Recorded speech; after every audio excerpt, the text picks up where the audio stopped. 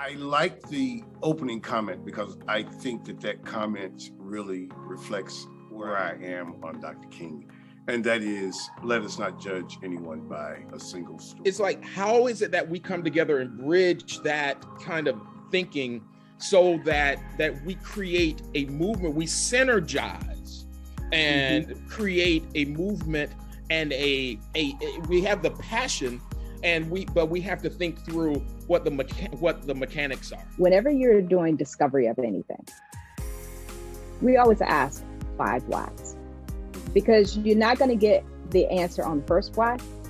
But when you're doing scientific discovery, when you're doing economic or community discovery, a discovery of yourself, by the time you get to that 5th why, you're going to get to the root. You must set goals for yourself, both short-term and long-term, and periodically check to see where you are in terms of reaching those goals. If you're not where you want to be, what do I need to do differently? What am I doing well? Those things that you're doing well, keep doing. But things that are not going well, check and make sure you change them. If you don't know where you're going, how will you know when you get there?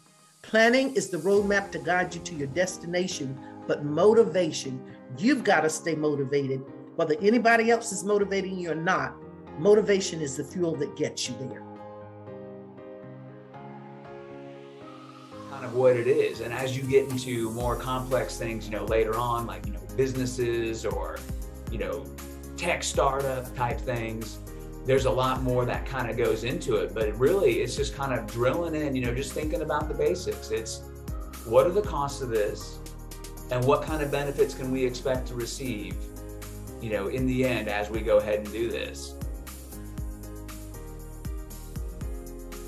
I'm really good right now compared to where I was 10 years ago, but it's a lifelong journey. You can only get better.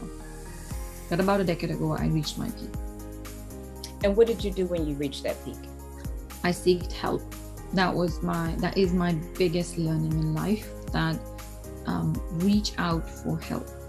Even if you don't get the help that you're reaching out to the people, the people you know, don't limit yourself. Go to people you don't know. You'd be surprised the amount of empathy in the world that exists. I used to be the person who would want to always do everything on my own, and I would want to be this superwoman, and I'm sure many type A personalities, both men and women, go through that. But don't limit yourself in seeking help from your extended network or people you've just met somewhere, but you thought they could be of help. Reach out.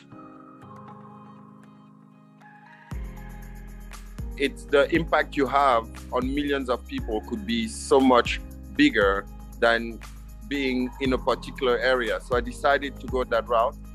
And for me, it's been also very interesting because even when I joined finance, I remember telling my mom when I was investment banking that I was going back to Africa. She was very excited, right? She said, "Oh, really? You're gonna." Why? She said, "You're gonna finally achieve your dream." And I said, "What are you referring to?" And she said, "Look, you've always wanted to change the world. And when you arrived in France, when you were a kid, you were so shocked by the level of development, the quality of infrastructure, that you told me one day you'll go back to Africa and you'll make sure it looks even better with happier people in it." And when she told me that, I smiled and I said, "Okay, so let's do it then." So the beauty of STEM is like learning how to create something within constraints or limits. And this is where it's kind of different from science experiments. Science experiments wants everything to be as perfect as possible, right? As unbiased as possible, as, like the environment has to be just, perfect, right? Or it's not a valid experiment. But in STEM, when you're doing things in real life gets in the way.